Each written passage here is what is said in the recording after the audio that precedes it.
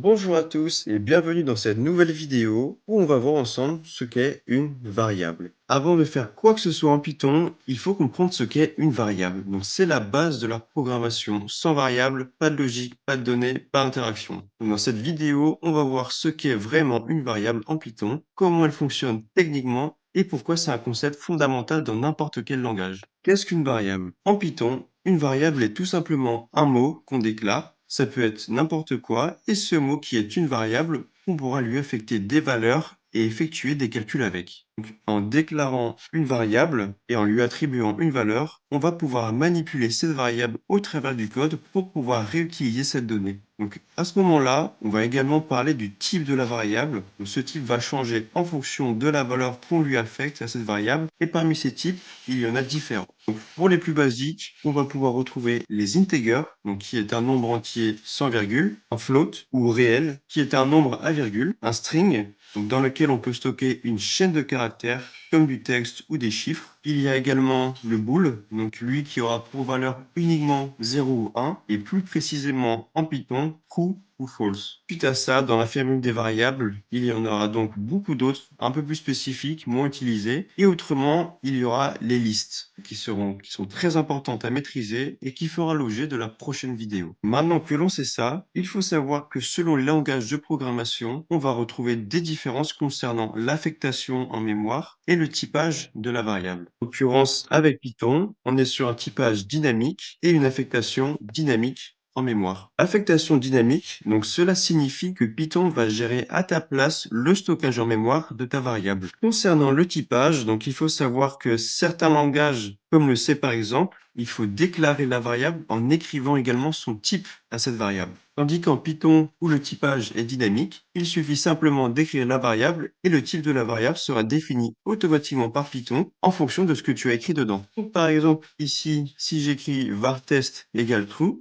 en notant true, Python déclarera tout seul que la variable est de type booléenne. Maintenant que tu sais ce qu'est une variable en Python, on va regarder comment on déclare une variable. Donc il faut juste savoir qu'il y a certaines conventions de nommage et qu'il y a différentes règles à respecter. Donc la première, donc le nom peut être n'importe quoi, mais il ne doit pas contenir d'espace. Donc la pratique générale pour pallier à ce problème, c'est de placer un underscore pour marquer l'espace entre deux mots. La deuxième, une variable ne doit pas commencer par un chiffre. Il peut y avoir des chiffres, mais le premier caractère doit obligatoirement être une lettre. Et la troisième, il ne faut pas utiliser de mots réservés tels que print, if, for ou tout autre mot faisant partie du langage Python de base. Et pour ce qui est de la dernière règle, lorsqu'on déclare une variable en Python, il ne doit pas y avoir de caractères spéciaux dans la déclaration. Si jamais l'une de ces règles n'est pas respectée, l'éditeur de code mettra une erreur et ne pourra pas exécuter le code. Maintenant ici, je vais vous présenter différents types de déclarations qu'il est possible de faire pour déclarer une variable. Donc la façon la plus simple,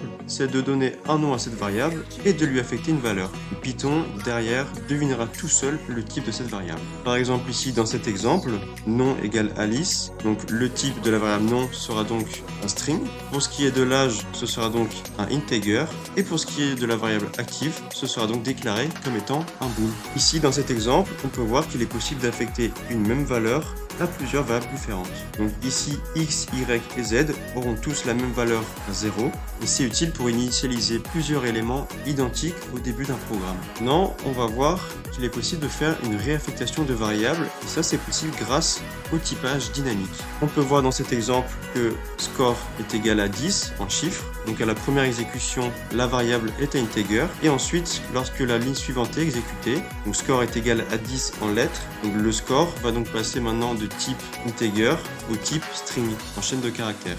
Maintenant que tu sais déclarer une variable, si tu veux aller un peu plus loin techniquement, par exemple en regardant où la variable est stockée en mémoire, il est possible d'utiliser id avec des parenthèses ouvrantes fermantes, et cela permet de donner l'adresse en mémoire de l'objet pointé par la variable. Par exemple ici, je vais faire un print de l'id de x, et ça va permettre d'afficher dans le terminal le type de la variable qui est x. C'est pas souvent utile pour débuter, mais ça montre que la variable n'est pas qu'une référence vers un objet stocké quelque part, mais plutôt que Python gère ça pour toi avec son système de mémoire automatique et qu'on n'a pas à le gérer. Une fois la variable déclarée, tu peux aussi vérifier son type, c'est-à-dire ce que Python a compris que tu avais stocké dedans.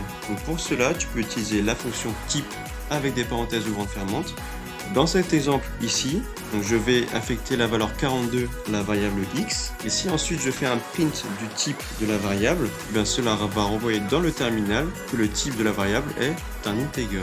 Donc te renvoie le type exact de l'objet lié à ta variable. Maintenant que tu sais déclarer des variables, on va voir quelques conventions à respecter pour maintenir un code clair. Quand tu écris du code, bien nommer tes variables est essentiel. Donc, utiliser des noms basiques comme juste a, x ou au peut fonctionner sur le moment, mais très vite, parfois dès le lendemain, tu risques d'oublier ce que ces variables représentent. Le code devient alors difficile à relire, à maintenir et à comprendre même pour toi. A l'inverse, un nom de variable explicite comme âge utilisateur par exemple est immédiatement compréhensible, même par quelqu'un qui découvre ton code pour la première fois. Ce genre de nom améliore la lisibilité du programme et réduit le besoin de commentaires inutiles pour pouvoir comprendre ton code. Juste retiens simplement cette règle, un bon nom de variable vaut bien mieux qu'un long commentaire. Ton code doit pouvoir se lire comme une phrase claire, logique et cohérente. Adopter de bonnes conventions de nommage, c'est écrire du code propre, professionnel et durable. Donc maintenant que tu sais bien comment nommer tes variables, tu as déjà posé une base très solide pour écrire du code propre et lisible. Et ça, c'est l'essentiel quand tu veux progresser en Python. Mais une variable, parfois, ça suffit pas. Alors dans la prochaine vidéo, on va voir ensemble un type super important, les listes en Python.